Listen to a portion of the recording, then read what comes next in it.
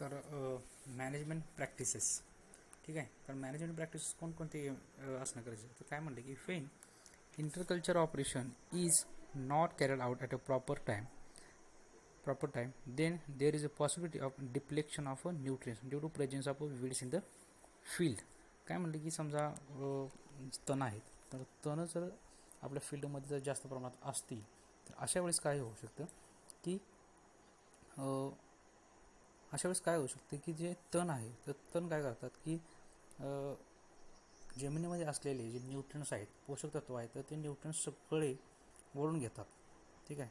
तर ते न्यूट्रियन्स ओढून घेतात तर त्याच्यासाठी काय करणं गरजेचं की मॅनेजमेंट प्रॅक्टिसेस काही ठराविक जे गरजेचे मॅनेजमेंट प्रॅक्टिसेस आहेत त्याच्यामध्ये कोणकोणते असेल तर प्लाविंग, हॅरोविंग, होविंग म्हणजे प्लाविंग म्हणजे नांगरणी, हॅरोविंग कोळवणी, होविंग म्हणजे समजा गवत काढणं असतील वगैरे की ज्यामुळे जे विड्स आहेत तर विड्स कंट्रोलमध्ये केले जातील, ते जे तण आहे ते कंट्रोलमध्ये केले जातील आणि त्याच्यामुळे जे जमिनीचे जे असलेले जे पोषक द्रव्य आहेत ते पोषक द्रव्यसुद्धा योग्य पद्धतीने त्या जमिनीमध्ये राहतील. त्याला हे मॅनेजमेंट प्रॅक्टिसेस असं म्हटलं जातं. ठीक आहे. Ploughing, harrowing, hoeing proper time essential for maintenance of air water relationship the soil and fertility of the soil. Air आणि वॉटर म्हणजे जमीन आणि एअर वॉटर म्हणजे पाणी आणि हवा तर ह्यांचं रिलेशनशिप प्रॉपरली मेंटेन केलं जाईल. ठीक आहे. त्याच्यानंतर काय म्हटलं की क्रॉपिंग टाईप्स म्हणजे कोणतं पीक आपण घेतलं आहे त्याच्यावरती सुद्धा फर्टिलिटी म्हणजे जमिनीची पोषक तत्वता कशी आहे ती अवलंबून असते. ठीक आहे. तर क्रॉपिंग टाईप कोणता असेल तर by use of various cropping system for example strip cropping, intercropping, fertility status of the soil can be maintained by controlling erosion in a high rainfall area. Intercropping, strip cropping, तर strip cropping पॅटर्नचे हे प्रकार आहेत. Intercropping म्हणजे काय असतं की दोन पिकामधला जो आतमधला जो शिल्लक भाग राहतो, दोन पिकाचे समजा पेरणी केलेली असतात किंवा पिकाची जी लाईन केली असते की त्याला आपण सरीवरंबा म्हणू, तर सरीवरंबाच्या मधला जो भाग असेल तर त्यामध्ये सुद्धा काही ठिकाणी क्रॉप्स लावले जातात, त्याला इंटरक्रॉपिंग पॅटर्न म्हणलं जातं. ठीक आहे. तर intercropping by use of various crop system for example strip cropping, intercropping, fertility status of a soil can be maintained. तर इंटरक्रॉपिंगसारख्या जर गोष्टी जर केल्या तर त्याच्यामुळे जर जमिनीची सुपीकता आहे ती या ठिकाणी मेंटेन म्हणजे योग्यतेने राखली जाते. Fertility status of a crop can be maintained, तर जमिनीची सुपीकता या ठिकाणी योग्य पद्धतीने राखली जाते. Can be maintained by controlling erosion in a high rainfall area. तर erosion in a high rainfall area जर ज्या ठिकाणी जास्त प्रमाणात पाऊस पडतो तर त्या गोष्टीचा वापर करून आपण जमिनीची सुपीकता या ठिकाणी योग्य तऱ्हेने राखण्यासाठी काम करू शकतो. Use of manure. ठीक आहे. तर मॅन्युअर काय म्हणलं की त्याच्यामध्ये बघा की addition of organic and inorganic manure to the soil help to improve fertility. Addition of organic आणि इनऑर्गॅनिक मॅन्युअर, तर आपण काय म्हणलं की शेणखत सारख्या ज्या गोष्टी असतात किंवा निंबोळी खत असतील तर त्यांना काय म्हणलं जातं की मॅन्युअर समजलं जातं. ठीक आहे. तर अशा मॅन्युअरचं ह्याच्यामध्ये ॲडिशन करून अशा मॅन्युअरचा वापर करून आपण त्या मातीची फर्टिलिटी हे वाढवू शकतो. अशा पद्धतीच्या मॅन्युअरचा वापर करून त्या मातीची फर्टिलिटी पोषक तत्वता आपण या ठिकाणी वाढवू शकतो. काय म्हणलं की ॲडिशन ऑफ, तर हे मॅन्युअर्स आपण त्या जमिनीमध्ये गाडायचे. Addition of organic and inorganic manure to the soil helps to improve fertility. If there is any deficiency of particular nutrients in the soil it can be corrected by supplying of that particular nutrients through fertiliser. की समजा नायट्रोजनची कमतरता आहे. ठीक आहे. तर नायट्रोजनसाठी जर आपण काही मॅन्युअर्स वापरले असतील किंवा काही खतं दिले असतील, शेणखतसारख्या ज्या गोष्टी दिल्या असतील किंवा FYM म्हणजे फार्ड यार्ड मॅन्युअर असं सुद्धा म्हटलं जातं. ठीक आहे. तर अशा पद्धतीचे जर खतं या ठिकाणी जर आपण दिली असतील आणि जर अशा पद्धतीची जर आपण खतं त्या ठिकाणी दिली आणि असं समजा की ती जर खतांनी त्या क्रॉपची त्या पिकाची जी गरज आहे ती जर गरज या ठिकाणी योग्य पद्धतीने जर पूर्ण केली नाही तर आपण त्या ठिकाणी फर्टिलायझर्स वापरू शकतो. की समजा नायट्रोजन, तर शेणखतामधून किती पद्धतीने नायट्रोजन मिळतो किंवा शेणातून किती नायट्रोजन मिळतो. तर समजा आपण शेणखत दिलं आणि कालांतराने एवढं शेणखत आहे ते या ठिकाणी कमी पडतं, तर त्याच्यासाठी आपण युरिया त्याला देऊन, त्या पिकाला युरिया देऊन आपण ती कमतरता पुन्हा भरून काढू शकतो. ते त्याला म्हणलं असतं की यूज ऑफ मॅन्युअर्स.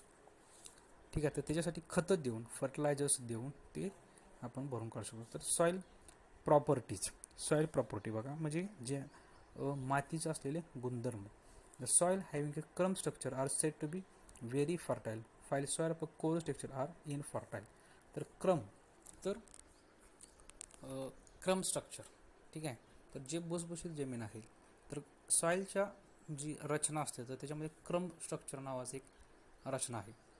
ठीक आहे, तर ती जर रचना असेल तरच आपण या ठिकाणी जमिनीच्या सुपीकता वाढवण्यासाठी गरजेचे आहे. The soil having crumb structure are said to be very fertile while the soil of coarse structure are इनफर्टाईल.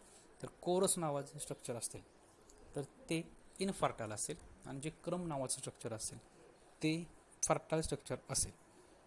ठीक आहे. The soil pH around neutral is indicated for good fertility. तर सॉईलचा पीएच असतो म्हणजे सामू. ठीक आहे, तर जमिनीचा सामू कितपत आहे तर ते गरजेचं आहे. तर समजा जे 7च्या पेक्षा जर कमी असेल, जर जमिनीचा सामू 7पेक्षा जर कमी असेल त्याला काय म्हटलं जातं की ॲसिडिक सॉईल असं म्हटलं जातं. त्या जमिनीला, त्या मातीला ॲसिडिक असं म्हटलं जातं. आणि जर त्याचा सामू 7पेक्षा जास्त असेल तर त्याला अल्कलाईन असं म्हटलं जातं. तर हे आलं ॲसिडिक, दुसरं आहे अल्कलाईन. ठीक आहे, ॲसिडिक आणि अल्कलाईन. त्याच्यानंतर तर त्याच्यासाठी सॉईलची जी प्रॉपर्टीज आहे तर योग्य राखण्यासाठी न्यूट्रल मध्यस्थ म्हणजे फक्त 7 pH असणं गरजेचं आहे. त्याला न्यूट्रल pH म्हटलं जातं. 7 pH हा न्यूट्रल pH आहे. ठीक आहे, त्याच्यानंतर काय म्हणले,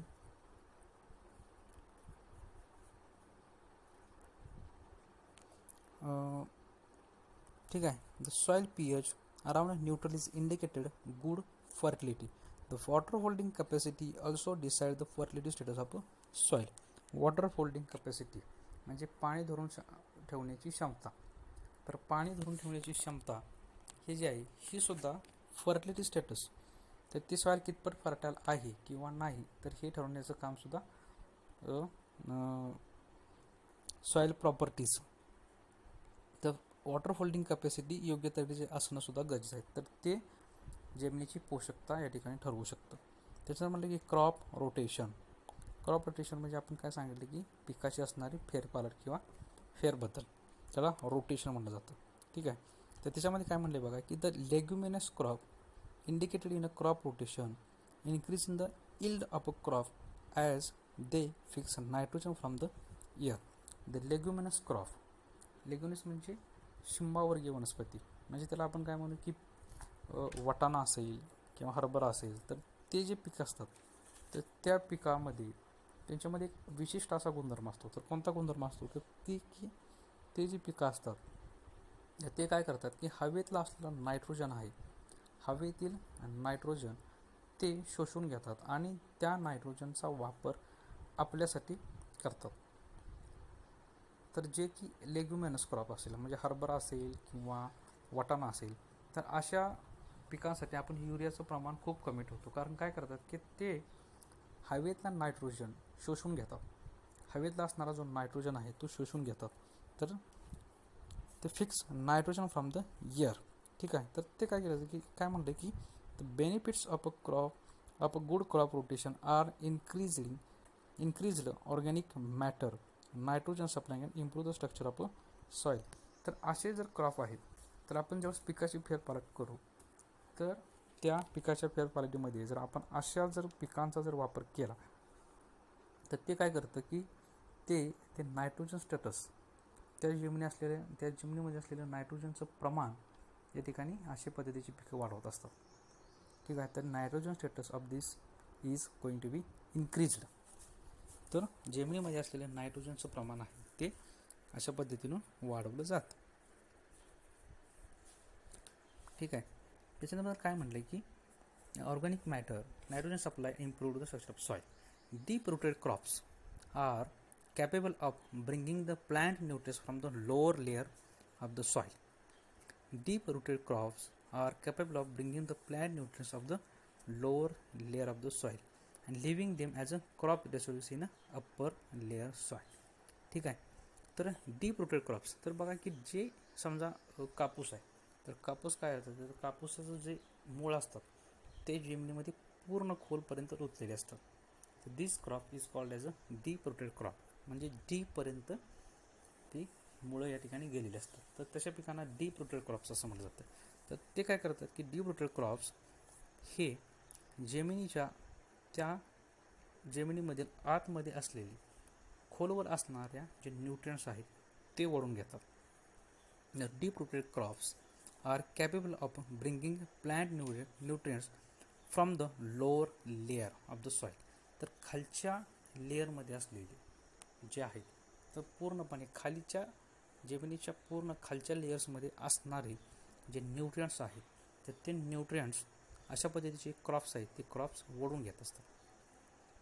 खालच्या लेयर्समध्ये असलेले न्यूट्रिएंट्स आहेत, तर डीप रूटेड क्रॉप्स आहेत, तर ते क्रॉप्स अशा पद्धतीच्या न्यूट्रिएंट्सला ओढून घेत असतात. ठीक आहे. Cable of bringing the plant nutrients from the lower layer. ठीक आहे. त्याच्यानं काय म्हणते की फर्टिलायझेशन. तर सॉईलची फर्टिलिटी मेंटेन करण्यासाठी फर्टिलायझेशन कशा पद्धतीने फर्टिलायझेशन करणं, म्हणजे खताची पुरवणा. तर काय म्हणलं की balanced fertilization with nitrogen, phosphorus and potash fertilization in combination with organic manure help in the maintaining soil fertility. ठीक आहे. तर कसे फर्टिलायझर, नायट्रोजन, फॉस्फरस आणि पोटॅशियम, तर हे जे 3 फर्टिलायझर आहेत, तर ते 3 फर्टिलायझर्स हे पिकासाठी जास्तीत जास्त महत्त्वाचे असलेले 3 फर्टिलायझर्स आहेत. तर अशा 3 फर्टिलायझरचा उपयोग करून या ठिकाणी बॅलन्स न्यूट्रिएंट्स या ठिकाणी ठेवलं जातं. तर कोणते कोणते की नायट्रोजन, फॉस्फरस आणि पोटॅशियम हे 3 फर्टिलायझर्स हे सॉईल फर्टिलिटी म्हणजे मातीचं जे फर्टिलिटी जे आहे, तर ती योग्य तऱ्हेने राखण्यासाठी हे 3 फर्टिलायझर्स गरजेचं आहे. तर नायट्रोजन, फॉस्फरस आणि पोटॅश. ठीक आहे. तर अशा पद्धतीने आपण इथं काय म्हटलं जाते की इम्प्रूव्हमेंट ऑफ सॉईल फर्टिलिटी. तर सॉईल फर्टिलिटी वाढवण्यासाठी किंवा मेंटेन करण्यासाठी कोणकोणते गोष्टी या ठिकाणी गरजेच्या आहे. तर बघा की काय तर प्रॉपर यूज ऑफ लँड, तर ती जमिनीची असणारी योग्य वापर, गुड टिलेज, योग्य पद्धतीची मशागत, क्रॉप रोटेशन, पिकाची असलेली फेरपालट, कंट्रोल ऑफ वीड, तणांचं असलेलं नियंत्रण, maintenance of optimum moisture in the soil, जमिनीमध्ये योग्य पद्धतीची आर्द्रता मेंटेन करणं, कंट्रोल ऑफ सॉईल इरोजन म्हणजे जमिनीची धूप या ठिकाणी थांबवणं, कल्टिवेशन ऑफ ग्रीन मॅन्युरिंग क्रॉप म्हणजे हिरवळीच्या वनस्पतींचा किंवा हिरवळीच्या पिकांची लागवड करणे, ॲप्लिकेशन ऑफ मॅन्युअर्स म्हणजे जे शेणखत वगैरे आहेत अशाला मॅन्युअर्स म्हटलं जातं. तर की त्याचं ॲप्लिकेशन करणं, ते ॲप्लाय करणं, कल्टिवेशन ऑफ कवर क्रॉप आणि ॲप्लिकेशन ऑफ फर्टिलायझर. तर फर्टिलायझर्स म्हणजे खतं, तर खतांची मात्रा योग्य पद्धतीने ठेवणे ते सुद्धा एक गरजेचं आहे. तर त्याच्यामध्ये पण आपण काय बघितलं की आजच्या याच्यामध्ये मॅनेजमेंट प्रॅक्टिसेस कोणकोणते, तर प्लाविंग, हॅरोविंग. तर आपणाला योग्य पद्धतीने वीड्स म्हणजे तणनाशके किंवा तणांना बाजूला काढण्यासाठी आपल्याला वेळोवेळी प्लाविंग म्हणजे नांगरणी, कुळवणी ह्या गोष्टी करणं गरजेचं आहे. नंतर क्रॉपिंग टाईप्स, तशा तरी यूज ऑफ मॅन्युअर्स म्हणले बघा की यूज ऑफ मॅन्युअर्स म्हणजे आपल्याला जमिनीचा पोत वाढवण्यासाठी वेळोवेळी शेणखतं असतील, निंबोळी खतं असेल किंवा अशा पद्धतीची जी खतं आहेत तर ते आपल्याला देणं गरजेचं आहे. त्याच्यानंतर काय म्हटलं की सॉईल प्रॉपर्टी. तर त्याच्यामध्ये मी काय म्हटलं की क्रम्ब नावाचं जे स्ट्रक्चर आहे, तर ती रचना आपल्याला त्या सॉईलसाठी गरजेची असते. तर ही गोष्ट लक्षात ठेवायची, क्रम्ब स्ट्रक्चर. ठीक आहे. त्याच्यानंतर वॉटर होल्डिंग कॅपॅसिटी हे सुद्धा गरजेचे आहे. तर क्रॉप रोटेशन. तर बघा की क्रॉप रोटेशनमध्ये काय आपण म्हटलं की क्रॉप रोटेशन जे की लेग्युमिनस क्रॉप असतील किंवा शिंबावर्गीय वनस्पती असलेले जे क्रॉप्स असतील तर त्या क्रॉपसोबत, त्या पिकांसोबत रोटेशन करणं गरजेचं आहे. म्हणजे काय करतात की हरभरा असतील किंवा वाटाणा असतील, तर अशी पिकं काय करतात की हवेमधला असलेला नायट्रोजन जे आहे तर ते नायट्रोजन ते शोषून घेतात आणि त्याचा उपयोग आपल्या स्वतःच्या वाढीसाठी करतात. तर तेच नायट्रोजन ते सुद्धा जमिनीसाठी सुद्धा, पिकासाठी सुद्धा ते उपयोगी आणत असतात. तर त्याला काय म्हटलं जातं की अशा पिकाच्या सोबत जर आपण पिकांची फेरपालट केली तर आपल्या जमिनीचा पोत वाढू शकतो किंवा न्यूट्रियंट्स, जमिनीमध्ये असलेले पोषक तत्वाचं प्रमाण सुद्धा या ठिकाणी वाढलं जातं. त्याच्यानं काय म्हटलं की fertilizer, balanced fertilization with nitrogen, phosphorus आणि पोटॅशियम. फर्टिलायझर म्हणजे खताची मात्रा. तर काय केलं जातं की त्याच्यासाठी बॅलन्स्ड फर्टिलायझर्स म्हणजे नायट्रोजन, फॉस्फरस आणि पोटॅशियम जे की इसेन्शियल फर्टिलायझर्स आहेत, इसेन्शियल न्यूट्रियंट्स आहेत. तर त्याच्यासोबत त्या फर्टिलायझरची योग्य पद्धतीची मात्रा आपण जमिनीला या ठिकाणी देणं गरजेचं आहे. त्याला काय म्हटलं की बॅलन्स्ड फर्टिलायझर्स. तर अशा पद्धतीचं आपण आजच्या या लेक्चर्समध्ये ह्याच्या संदर्भात आपण माहिती घेतलेली आहे. आणि आजच्या लेक्चर्समध्ये आपण इथंपर्यंतच. तर क्रॉप न्यूट्रियंट्स याच्यामधले जे इम्पॉर्टन्स गोष्टी आहेत तर त्याच्यानंतर ते आपण बघूया. ठीक आहे. तर हा आहे की क्रॉप न्यूट्रियंट्स, याच्यामध्ये इम्पॉर्टन्स पार्ट आपण या ठिकाणी संपवलेला आहे.